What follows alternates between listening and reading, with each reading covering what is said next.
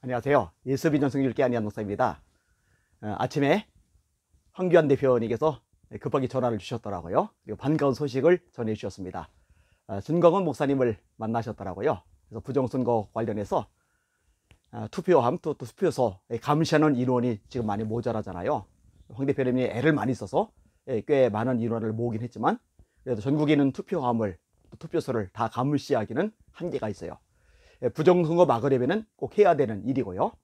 그래서 전 목사님을 만나서 함께 이제 장시간 이야기를 나눴고 또 전광훈 목사님께서 이 부분에 대해서 도움을 주시기로 하셨다고 전화를 주셨습니다. 얼마나 감사한지 모릅니다. 할렐루야. 사실 지금 우리들이 관심을 가지고 총력을 기울여야 될 것은 간단합니다. 정권 교체입니다.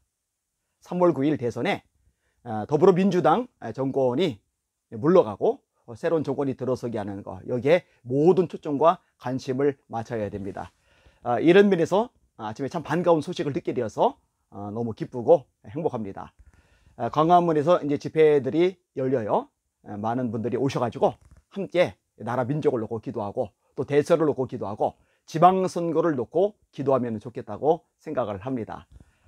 사실 나라 사랑하는 마음을 가진 분들이 있으니까, 그 기도가 있으니까 대한민국이 아직까지 이 정도라도 유지되는 거거든요. 그렇지 않았으면 벌써 모든 것 무너지고 말았을 겁니다. 사실 180석 의석 가지고요 이미 다 잠식해 들어갔잖아요. 우리가 너무 이제 반복해서 들어가지고 이제는 귀에 닳도록 그 내용들을 알잖아요. 하기야 아직도 그냥 뭔 일이 일어나는지 감도 못 잡는 사람들이 많기는 해요. 그런 분들에게는 알려야 될 거고요. 더불어민주당 남인순 의원에 의해서 건강가정기본법 개정안이 발의가 되었잖아요. 전통적인 가정개념, 성경적인 가정개념을 박살내겠다는 거죠. 이상민 의원 포함해서 24명의 의원이 평등법안을 발의했잖아요. 한 명만 무소속이고 23명이 더불어민주당입니다. 이게 말이 안 되는 짓을 더불어민주당이 저지르고 있는 겁니다. 6개월 지나서 박주민 의원이 또 같은 법안 발의를 했죠. 이런 식으로 계속 나가는 거예요. 주민자치기본법을 발의했어요. 이천 박사님이 이거 알리느라고 애를 참 많이 쓰셨잖아요. 최근에 또 소책자를 만들어서 저희 교회에서도 배포를 했습니다. 공산주의로 가는 길목이라는 제목의 책도 내셨었죠. 그만큼 위험하고 무지막지한 법안이죠. 또 사립학교법 개정안, 이런 법안을 통해서 미실스쿨들이 완전히 박살날 수 있는 법적 토대를 다 열어 놓은 거예요. 그런데 이제 공교육을 믿을 수가 없어서 기독교 교육을 시키기 위해서 교회들이 대안학교들을 만들었잖아요. 이 대안학교들을 또 이제 틀켜주기 위해서 올해 1월 14일 날 이 대안학교 움켜쥐는 법안을 또 통과시켰잖아요. 이런 식으로 그냥 전부 다 이제 올가매고 우겨싸고 있는 거예요.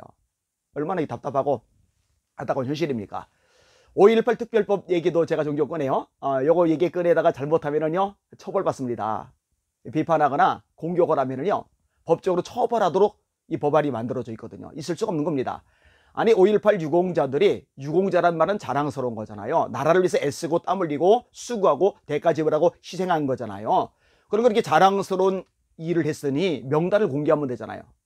나 이렇게 자랑스러운 5.18 유공자다. 아니 왜 명단 공개를 안 해요?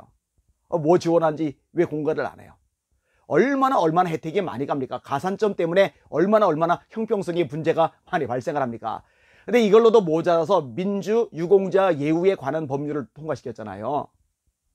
그러니까 이 좌파들, 친인척들 다 잘 되도록 또 길 열어주도록 후원해 주도록 국민 세금 가지고 이런 짓을 계속 저지르고 있는 거예요. 있을 수가 없는 일들이 지금 계속 발생을 하고 있는 겁니다. 말도 안 되는 일이죠.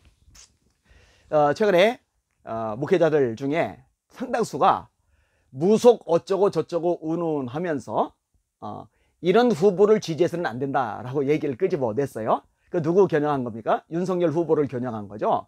참 양심이 하나도 없어요. 무속에 관련된 거는요 저도 영상을 찍었어요. 우려되죠. 잘못된 거죠. 그거 고쳐야죠. 끊어내야죠. 그죠? 맞아요.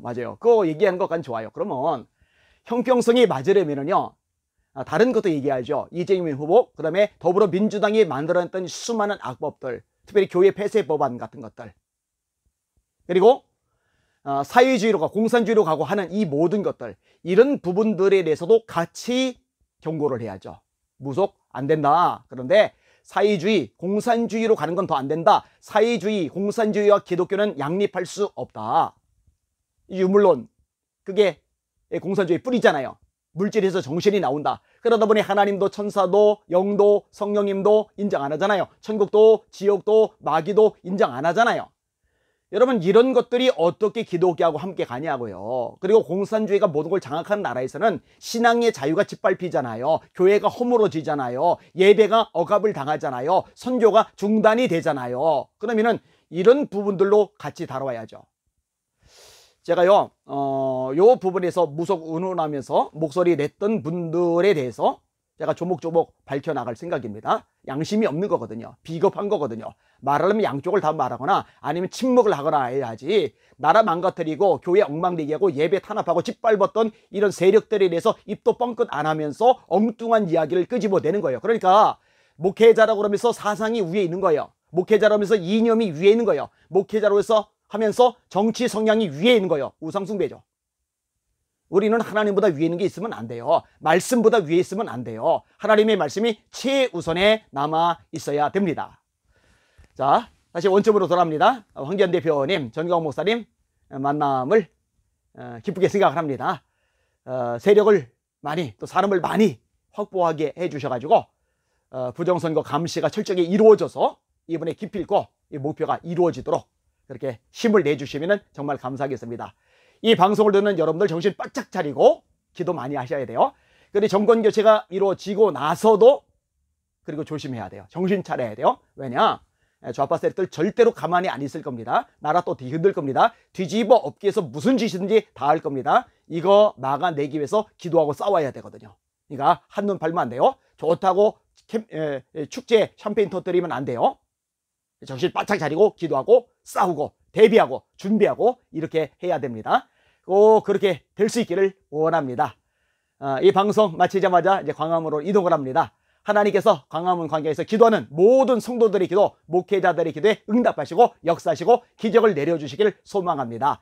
내 이름으로 일컫는 내 백성이 그 악한 길에서 떠나 스스로 낮추고 기도하여 내 얼굴을 찾으면 내가 하늘에서 듣고 그들의 죄를 사하고 그들의 땅을 고칠지라. 아멘. 하나님, 이 말씀대로 되게 하여 주시옵소서. 오늘도 전진하고 승리합시다. 할렐루야.